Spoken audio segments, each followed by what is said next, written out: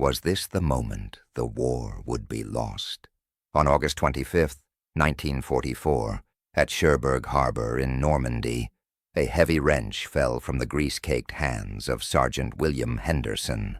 He could only stare at the impossible endless line of trucks assembling before his very eyes. British experts had declared them failures. The design, they insisted, was a fatal flaw, underpowered, utterly worthless for the brutal machinery of modern war. Henderson watched as 6,000 of these rejected vehicles prepared for an impossible task, supplying General Patton's breakneck Third Army across 400 miles of scarred French land. The letters GMC stamped on their hoods stood for General Motors Corporation. Yet for the exhausted African-American drivers climbing into the cabs, men who made up 75% of this force, those letters carried a different weight. They meant survival. They were the thin line between total victory and catastrophic defeat. They were the lifeline destined to keep Allied armies surging toward Germany.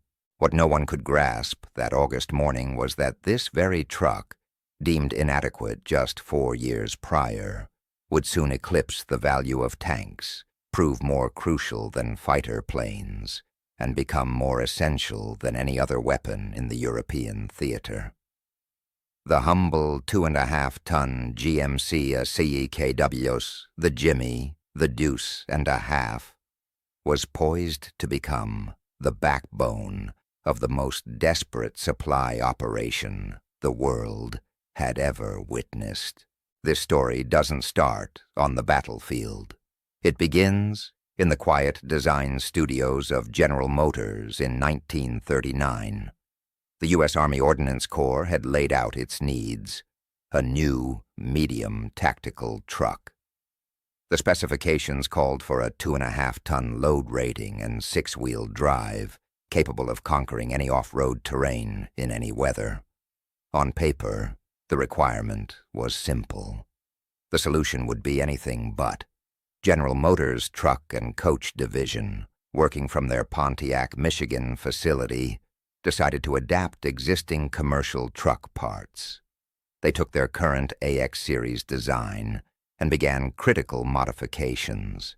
A second rear axle for better traction and load distribution, all-wheel drive for off-road dominance, and strengthened frame rails for heavy military burdens. The result was designated the ACKWX 353, the direct ancestor of what was to come. Its engine, a GMC 248 cubic inch inline-6, produced a mere 77 horsepower. The truck itself weighed 9,856 pounds empty and measured 264 inches long, 94.5 inches wide, and 118 inches tall. By the measures of civilian commerce, it was sufficient. By the harsh standards of warfare, it was deeply questionable.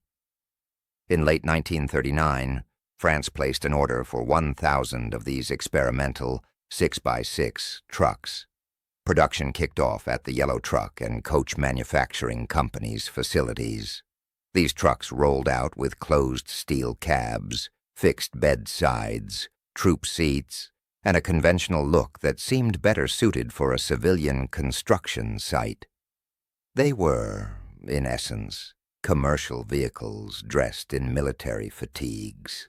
Then, the catastrophe that changed the course of history unfolded.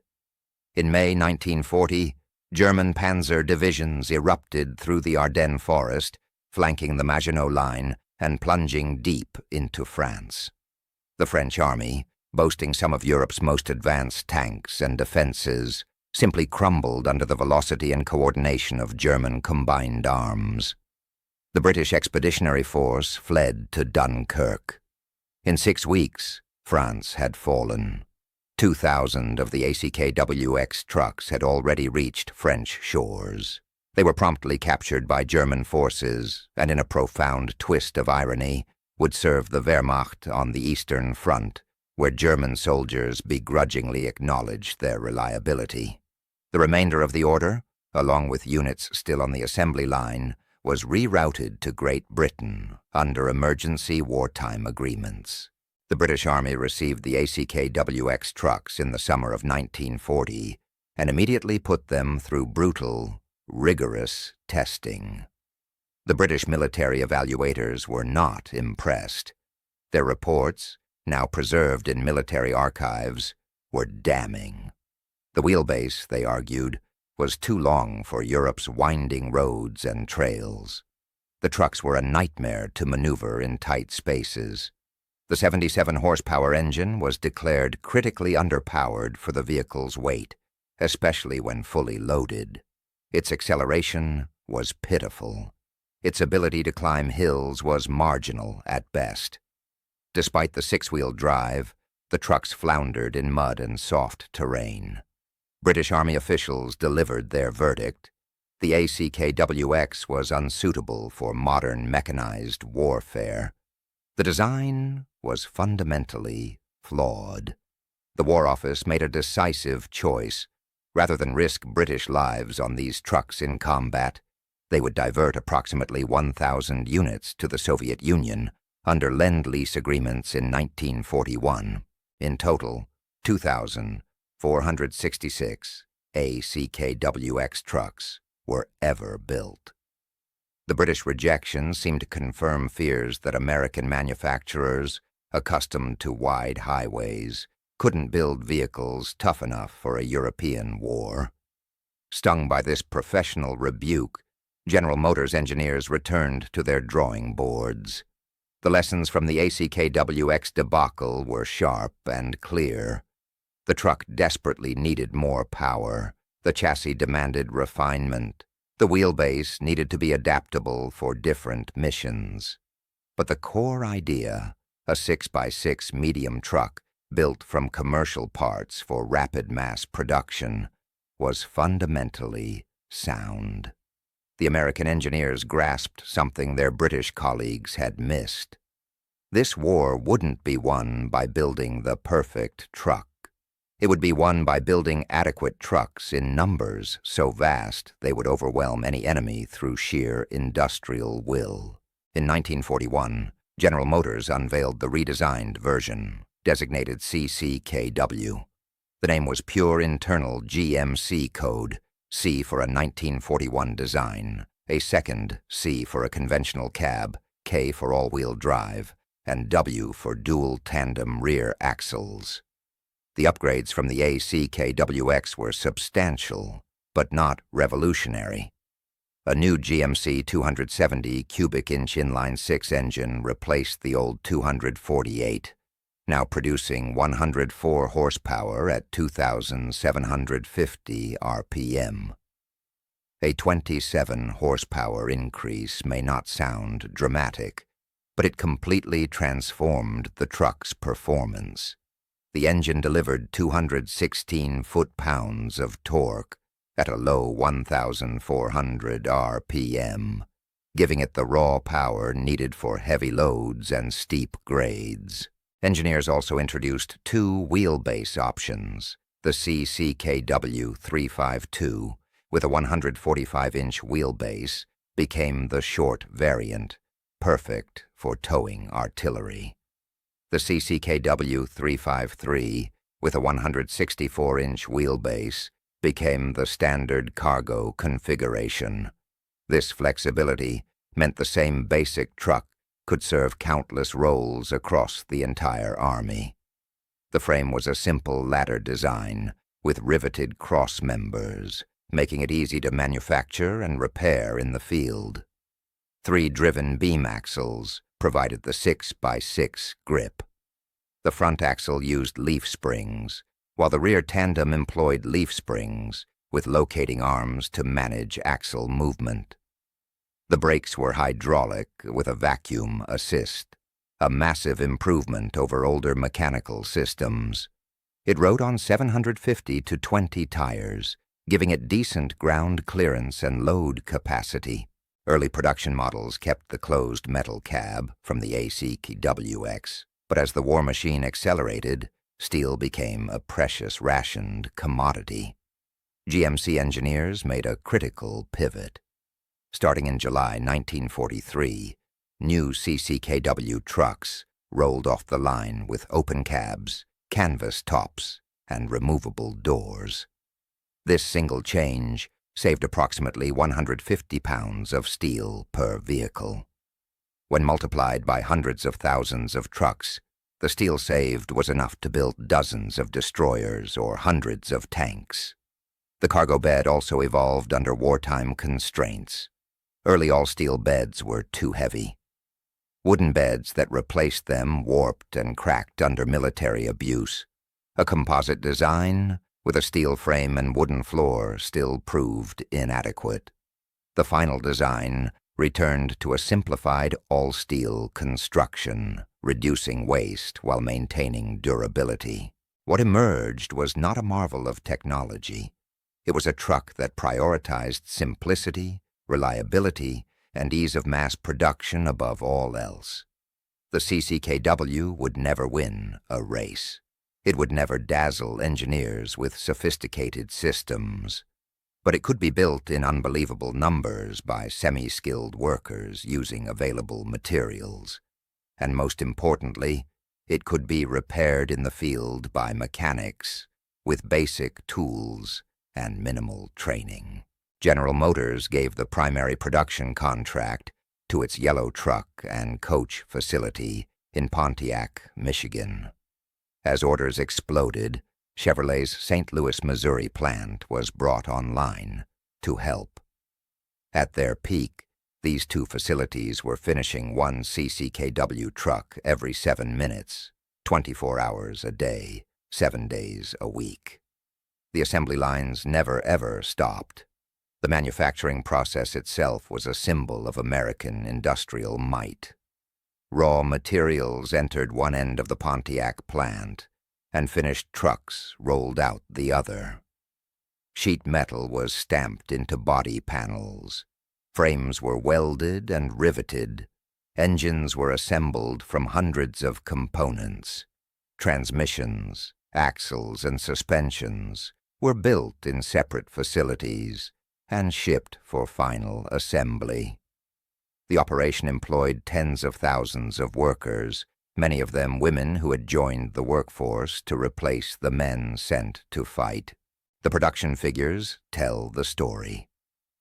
From 1941 to 1945, General Motors manufactured approximately 562,750 CCKW trucks in all variants, even excluding specialized versions. The standard CCKW production totaled around 518,000 to 519,000 units. To understand that scale, consider this. Germany produced roughly 100,000 trucks of all types during the same period. The Soviet Union, even with massive American aid, built fewer than 200,000. Great Britain's entire wartime truck production was dwarfed by this single American model. The CCKW alone nearly equaled the combined truck production of all Axis powers. The CCKW chassis gave birth to dozens of specialized variants: dump trucks for engineers, tankers for fuel and water, mobile workshops with lathes and welding gear, communications vans, ambulances, wrecker trucks with cranes, and even anti-aircraft platforms mounting quad .5 zero-caliber machine guns. Each one used the same basic chassis, engine, and drivetrain, creating a logistical dream for maintenance and spare parts. But numbers mean nothing without a purpose. In June 1944, the CCKW faced its ultimate test. This test wouldn't come from German anti-tank guns or Luftwaffe bombers. It would come from physics, from the tyranny of distance, and the cold mathematics of supply. June 6, 1944. Over 150,000 Allied soldiers stormed 5 Normandy beaches.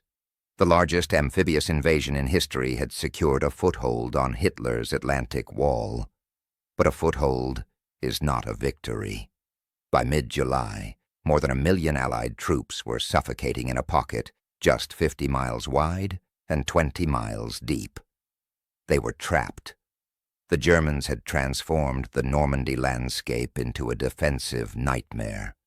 Ancient hedgerows, thick, centuries-old walls of earth and vegetation carved the land into thousands of tiny fields. Each hedgerow was a perfect defensive line.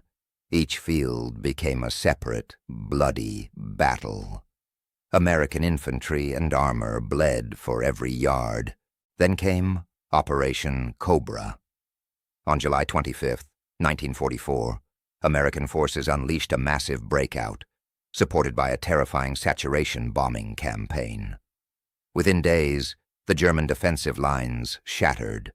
American armored divisions poured through the gap. By early August, General George Patton's Third Army was a blur, racing across the open French countryside, covering 50, 60, sometimes 80 miles in a single day. The advance threatened to encircle and destroy entire German armies, but Patton's tankers soon met an enemy more lethal than any panzer. They were running out of fuel. Each Sherman tank burned 150 gallons of gasoline for every 100 miles it traveled. An armored division, with roughly 250 tanks, consumed staggering amounts during a rapid advance. Add the trucks, jeeps, and other vehicles, and Patton's fuel requirement alone surged past 400,000 gallons per day. The First Army needed just as much. British and Canadian forces had their own supply needs. By early August, total Allied fuel consumption topped 3 million gallons daily. The Allies had planned for an advance, but no one had predicted a breakout this fast, this dramatic. Within 2 weeks, American spearheads were 200 miles from the Normandy beaches. Within a month, they were approaching 350 miles from their supply bases. Every gallon of fuel, every artillery shell, every sea ration had to travel that entire distance over war-torn roads through a French transportation network that Allied bombing had systematically obliterated just months earlier. The destruction of the French railroads had been deliberate. To stop German reinforcements from reaching the beaches, Allied air forces had spent months bombing every rail yard, bridge, and marshalling center near Normandy. The strategy had worked brilliantly. But now, those same shattered railroads could not supply the Allied armies racing toward Germany. The Mulberry harbors, those incredible artificial ports, had sustained the invasion force, but a massive storm had destroyed the American one. The British Mulberry remained, but it couldn't handle the tonnage. Cherbourg had been captured, but its port was so thoroughly demolished by the Germans that repairs would take months. In late August 1944, American commanders stared into the abyss. Patton's tanks were running dry 300 miles from their supplies. The First Army was rationing ammunition. The entire Allied advance, the momentum that could end the war in 1944, was hanging by a thread. On August 21st, logistics officers convened an emergency conference. 36 hours of frantic meetings produced a solution so desperate, so audacious, it could only have been conceived by a nation built on transcontinental trucking. They would create an express convoy system. Every available truck would be forced into continuous non-stop service.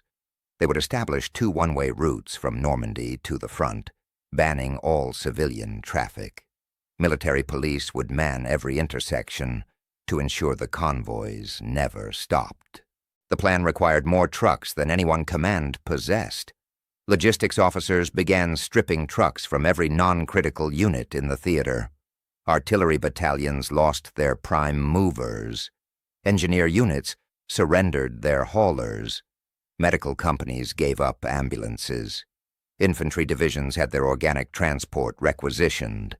Every truck that could roll was pressed into service. The primary vehicle was the GMC CCKW. Tens of thousands of them sat in motor pools and depots across the rear. Now they were marshaled for the greatest convoy in history. 6,000 vehicles were assembled. Later that number would peak with nearly 6,000 trucks on the road at the same time. But trucks are useless without drivers, and it was here that the paradox of American racism created both a crisis and a profound opportunity.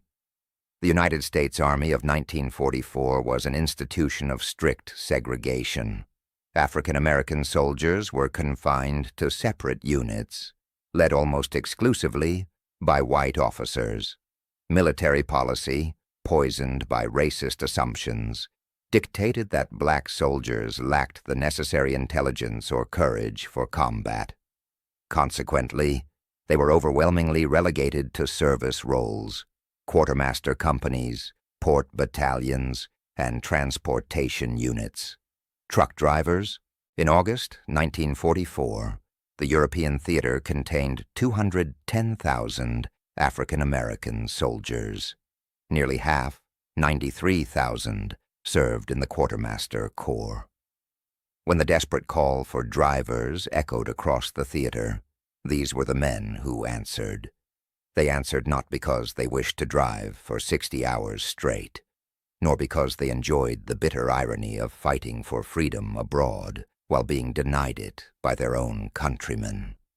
They answered because their nation was desperate, because frontline troops depended entirely on them, and because African American soldiers knew that serving with distinction was its own form of battle, one that advanced the cause of civil rights back home. 17,000 African American soldiers became the core of the Red Ball Express. 3,000 white soldiers would join them, though in practice the operation was a mirror of the Army itself, largely segregated, with black and white units running separate convoys. The drivers were young, most under 24. Many had never even driven a truck before joining the military. Some hailed from dense urban centers where owning a car was a luxury. They were given hasty training before being certified to pilot a 2.5-ton machine, loaded with 5 tons of cargo, straight into a war zone. These African American soldiers came from every corner of America, farm boys from Mississippi who knew tractors but not trucks, factory workers from Detroit who knew assembly lines but not logistics, college students whose education was ripped away by the draft, sons of sharecroppers seeking an escape from the Jim Crow South. Men who had faced a lifetime of discrimination now found themselves entrusted with the single most critical supply mission of the war. The Red Ball Express roared to life on August 25, 1944. The name was borrowed from railroad history. Since the 1800s, priority freight cars were marked with red balls, signaling all other traffic to clear the way. Now red balls were painted on signs marking the dedicated routes across France. They were painted on the hoods of the trucks. The system was brutally simple. 2 parallel, one-way routes. The northern route carried loaded trucks to the front. The southern route brought the empty trucks back, often filled with German prisoners as cargo. The total route eventually stretched nearly 400 miles. Officially, convoys were 5 trucks with jeep escorts. Trucks were ordered to keep 60-yard intervals and a 25-mile-per-hour speed limit. In reality, it was chaos. Trucks left as soon as they were loaded. Speed limits were a joke. Drivers disabled the engine governors, pushing the CCKWs far past their 56-mile-per-hour design limit.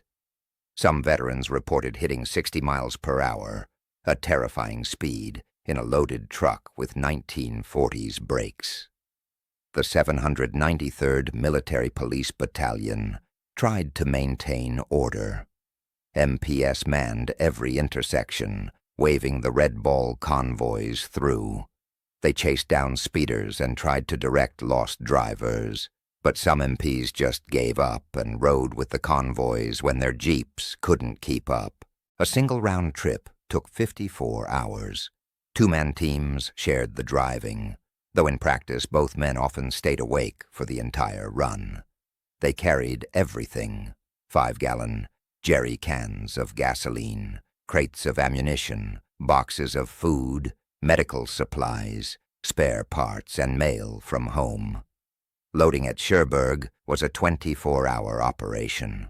Stevedores, many of them also African-American, worked with brutal efficiency, loading 5 tons of cargo onto a CCKW in under 10 minutes. Drivers signed for their load and rolled out. No rest, no delays. Keep them rolling. The journey itself was an ordeal. Drivers operated at night in total blackout, using tiny cat-eye lights that offered almost no illumination.